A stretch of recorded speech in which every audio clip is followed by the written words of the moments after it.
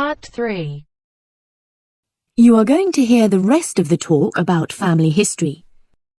First, you have some time to look at questions 21 to 25.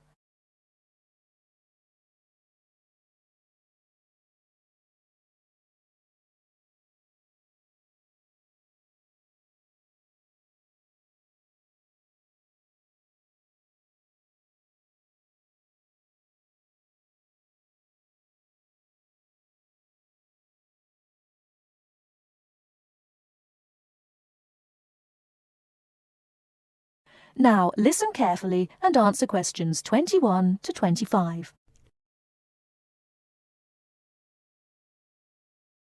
So, that's a few ideas about getting information.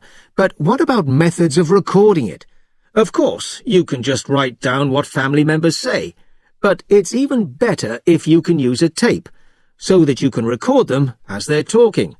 Then you don't have to worry too much about making mistakes. You'll always be able to listen to it again. But whatever method you do use to record information, remember that it's very important to make a note of exactly how you got it. So, if you are using tape, always start the recording by saying the date and the place, as well as the name of the person you're interviewing. So, apart from people's memories, where else can you find information? Well, there are all sorts of documents, and they can be extremely useful.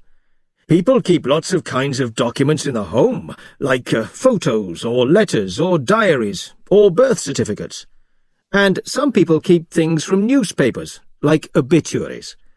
Obituaries are announcements of a person's death, and they usually contain a lot of detail about that individual, like address, occupation, date of death, as well as the names and ages of the widow or widower and the dead person's children. So, be creative. Look around your home or the home of your relatives for any items that might contain clues, such as these about your family history. Okay? Before you hear the rest of the talk, you have some time to look at questions 26 to 30.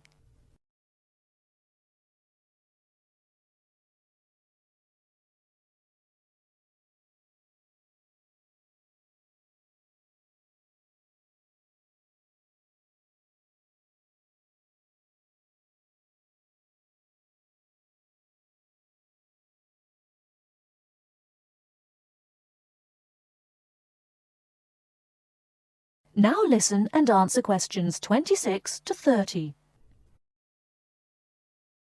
Now, you'll find that you'll collect a lot of information, so you'll need to record it in an organized way. I'd recommend that you use an ancestor chart, like this one here.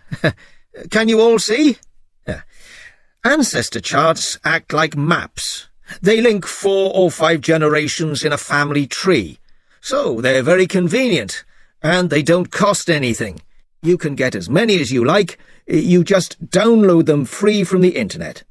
Then you fill them out as you go along, and for each individual you record all the key information next to their full name. It's very convenient. Now, at this point, I'd just like to give you a couple of tips about filling in the ancestor sheet. First of all, I'd advise you to use pencil, at least until you have definite evidence for the information you're recording.